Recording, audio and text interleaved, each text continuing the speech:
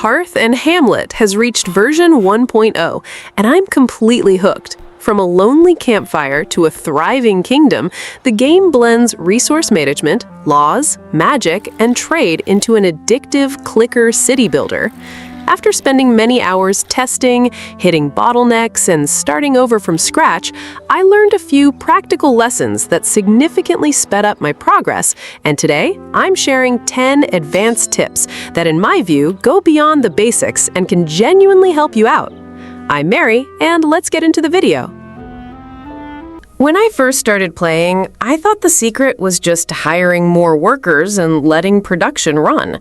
But after a few hours, I noticed my resources stopped going up even though everyone was working. And that's when it hit me. The issue wasn't a lack of people, it was a lack of space. The game features that classic incremental bottleneck. When storage hits the cap, all extra production goes to waste, and you might not even realize it. The first time this happened, I was focused on expanding the village, unlocking new laws, and researching more glamorous technologies.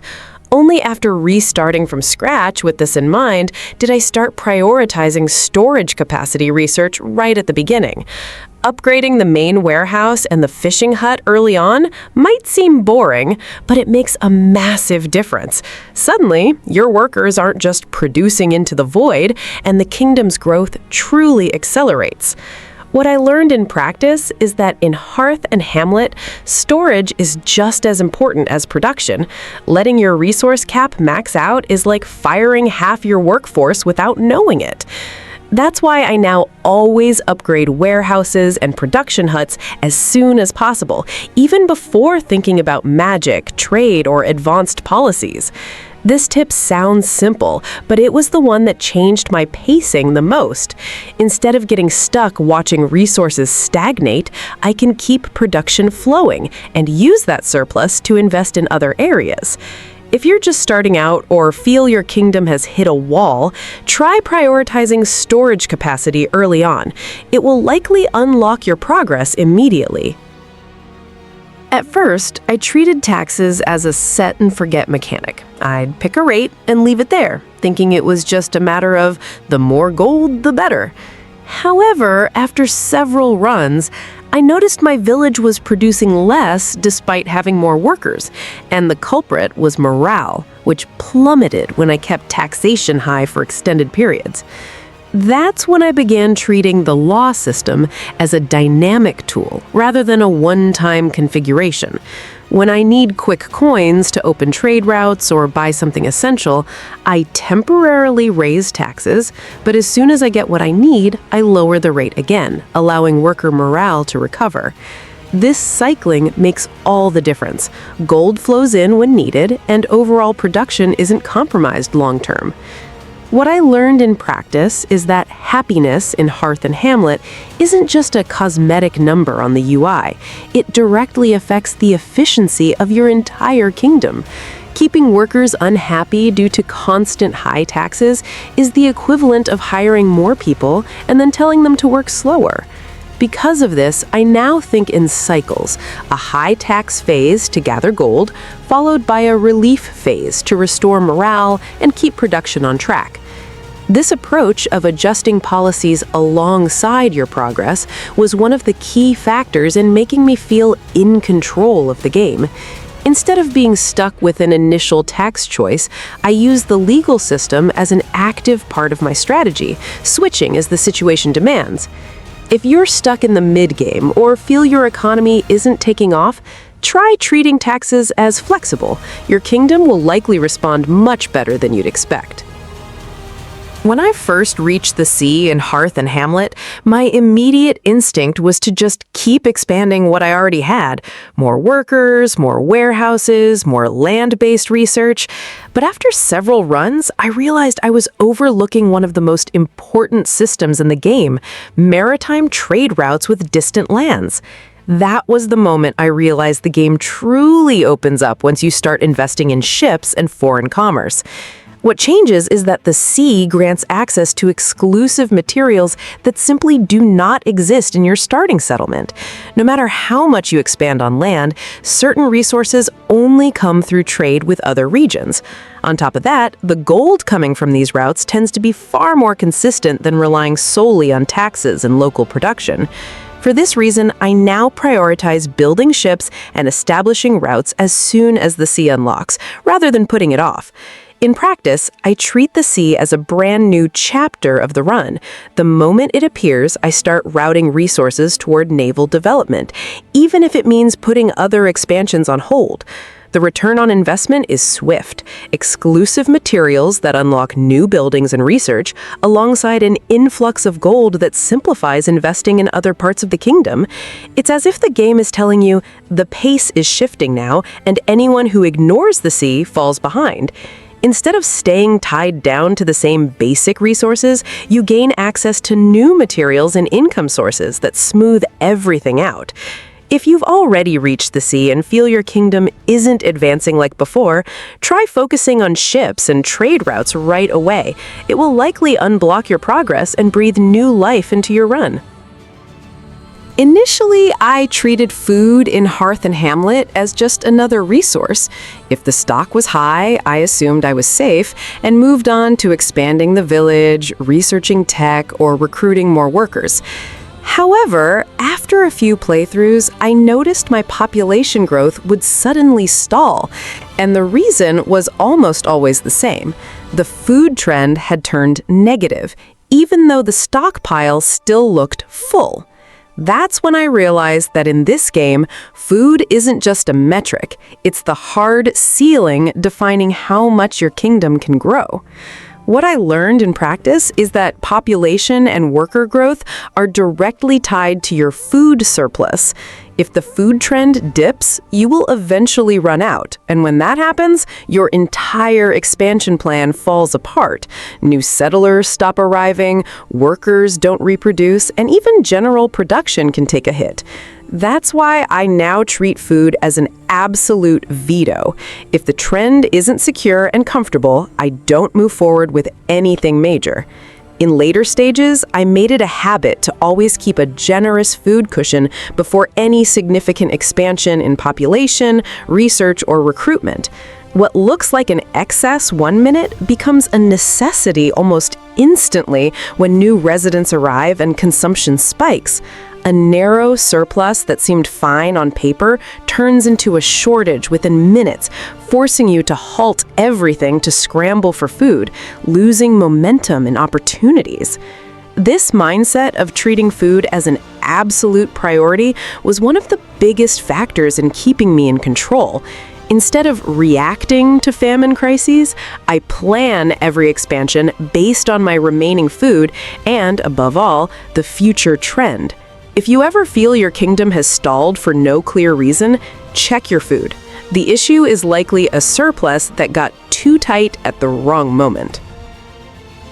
One of the main things that stalled my early runs was realizing that, even with dozens of workers, my progress simply wasn't advancing.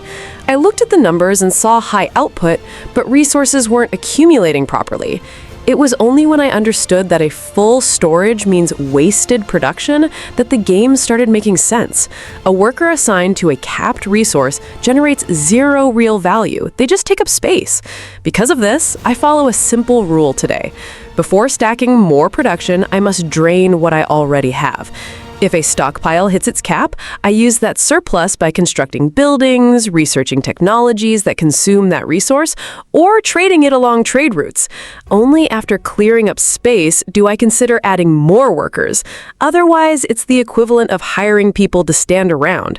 The number goes up, but the kingdom gains nothing from it. In the mid and late game, I started using trade and expeditions as my primary escape valves. Whenever a resource is overflowing and I don't have an immediate use for it, I send it to trade or out on expeditions. That way, I convert excess into gold, exclusive items, or progress in other areas, all while freeing up room for production to keep running. It's a way to recycle idle goods and maintain the game's momentum without stalling. This shift in mindset was one of the fastest ways I accelerated my progress. Instead of obsessing over having more workers on everything, I think in terms of flow. Produce, drain, open up space, and only then expand. If your resources feel like they're stagnating without reason or your production isn't yielding results, take a look at your warehouses. The bottleneck likely isn't a lack of hands, but full storage turning all that labor into wasted effort. I used to think that the more workers I assign to a resource, the better. Just stack people on wood, stone, and food and let production roll. However, after some time, I noticed my kingdom would grind to a halt even with everyone hard at work. Stockpiles hit their caps, and past that point, every extra worker assigned to that resource was essentially producing nothing. That was when I realized full storage isn't a minor detail. It is genuinely wasted production. What I learned in practice is that before looking to increase the output of any resource, I need to check if there is room for it. If storage is full, the best move is to first consume that surplus, constructing buildings, researching technologies that spend that resource, or trading it on market routes. Only after making room is it worth adding more workers. Otherwise, you're just padding stats. The number rises on the interface, but the real value to your kingdom is zero. In the mid and late game, I began using trade and expeditions as escape valves for resources hitting their limits. When I see a stockpile nearly full with no urgent building or research to spend it on, I route it to commerce or send it on expeditions. This converts idle resources into gold, exclusive items, or advancements elsewhere, while freeing up space so production keeps moving. It's essentially recycling the excess instead of letting it turn into a bottleneck. Treating full storage as a red flag significantly altered my gameplay rhythm. Rather than piling up workers and wondering why progress has stopped, I plan every expansion around available space and methods to drain what's already produced. If your resources seem to vanish into thin air or production isn't paying off, check your storage. The issue is likely maxed out inventory, not a lack of workforce. One thing I learned is that the happiness meter and policies aren't just for show. They function as a complete economic system. Early on, I looked at that morale icon and thought, as long as it's green, we're fine. If I needed gold, I raised taxes and ignored the rest. Only when my production started dropping without an obvious cause did I realize that happiness directly scales the efficiency of every single resource, and it can't be treated as a secondary metric. Nowadays, before changing any policy, I run a simple calculation. Does the extra gold gained from high taxes outweigh the loss of overall production across everything else? Most of the time, the answer is no. Because of that, I prioritize keeping happiness at solid levels, particularly when production buffs are active. I only turn to higher taxes when I need a fast injection of coins for a specific goal, like opening a trade route or unlocking a key tech. In advanced stages, I started relying on welfare or civil policies to counterbalance heavy taxation. If I tighten taxes to fund a project, I immediately plan to offset morale right after with a policy that restores happiness. Most importantly, I change only one policy at a time and track the trend. This lets me understand the exact impact of each decision, rather than altering everything at once and being left in the dark about what actually worked. This mindset shift stopped me from seeing happiness as just a nice-to-have stat and turned it into a core component of my economy. Instead of focusing purely on gold, I account for the ripple effect every policy has on total output. If your kingdom swings between peak efficiency and complete stagnation, take a look at your policies and morale. The problem usually isn't a worker shortage, but a miscalculated trade-off between taxes and efficiency. The most important takeaway here is not to treat gold as the priorities simply because it seems to unlock the most options.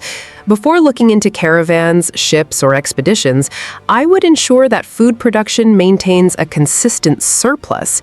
If your settlement is still consuming virtually everything it produces, sending food shipments out can easily trigger a crisis and halt construction, worker tasks, or population growth entirely. The game positions food, wood, stone, and gold as the bedrock of the economy, while trade scales that cycle outward to other regions.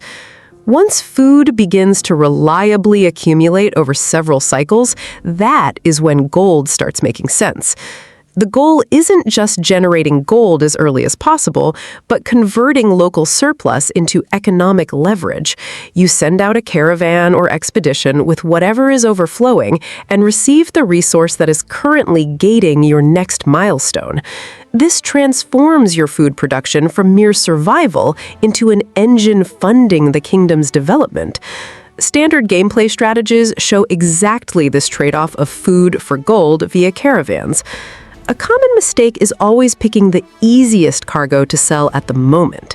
If you have excess food right now, trading it all for gold might seem great, but your next bottleneck could easily be stone, metal, blueprints, or materials needed for a major upgrade. So before launching an expedition, look ahead. What building are you targeting? Which technology requires heavy investment? And which materials are falling behind in local production? Choose your destination and cargo based on these next steps, not just on whatever happens to be capped right now. In practice, I follow a simple rule.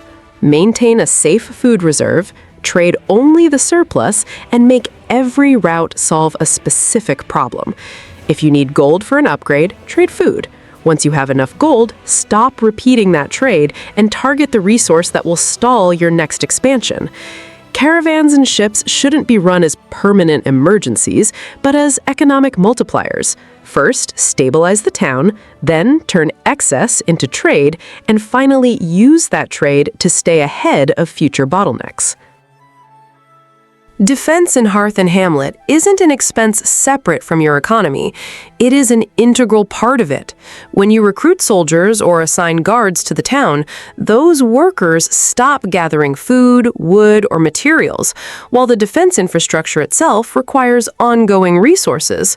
Because of this, don't wait for a raid warning to start reacting. Preparing the settlement before the threat becomes urgent prevents a planned decision from turning into an emergency. I like to keep a safety margin across both stockpiles and the workforce. You don't need half your population sitting idle, but you also shouldn't operate on the razor's edge, with every villager tied up and only enough food for the next cycle. If a military need arises, you want to be able to recruit or train units without completely shutting down city production. Keep in mind that population growth can turn a small food surplus into a deficit very quickly. The best time to build up defense is when the economy is stable, not when a raid is already at the gates. Before taking on an expansion, spending materials, or shifting workers around, verify that you have banked food, recruitment resources, and available hands to step into military service. It's also worth checking your policies, since governance decisions influence resource generation, population efficiency, and settlement defense alike. Losing a raid doesn't necessarily mean game over, but the defeat can drain resources and apply temporary debuffs right when your economy is most vulnerable. The bigger danger is taking the hit without any reserves. Any loss can trigger a domino effect, snowing production, delaying construction, and dragging out recovery. Think of defense as economic insurance. It costs a small premium before the danger arrives, but it prevents an unexpected event from wiping out the progress you've built. In the beginning, I viewed magic and alchemy as a safety net. If the economy stalled, food dropped, or workers were misallocated, I'd rush magic research thinking it would fix everything. However, after several runs, I saw the exact opposite happen. I poured valuable resources into magic systems, yet the kingdom kept collapsing. That was when I realized magic and alchemy serve as an optimization layer, not a rescue tool. Nowadays, I only invest heavily in the Magic Academy, alchemy, and magical systems once the economic foundation is already stable. Food with a comfortable surplus, workers properly assigned, storage with plenty of room, and basic defense sorted out. When that foundation is solid, that's when magic shines. It amplifies production, accelerates growth, bolsters defenses, and unlocks new paths forward. But if the baseline is weak, magic just becomes another resource drain that speeds up your collapse instead of stopping it. What I learned in practice is that magic acts as a multiplier, not a foundation. If your food is dropping, workers are producing into capped storage, or bottlenecks are everywhere, no amount of spells or potions will fix it. That's why I treat magic as the fine-tuning phase of the kingdom. First, ensure everything runs smoothly, then use magic systems to push production, growth, or defense to the next level.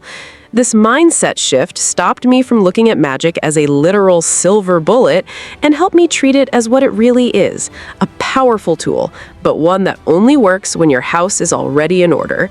If you're starting out or feel your kingdom isn't getting off the ground, try keeping magic and alchemy on the back burner until food, workers, storage, and defense are stabilized. With a solid foundation in place, magic will make a much bigger difference than you might think. To be there to face the unknown.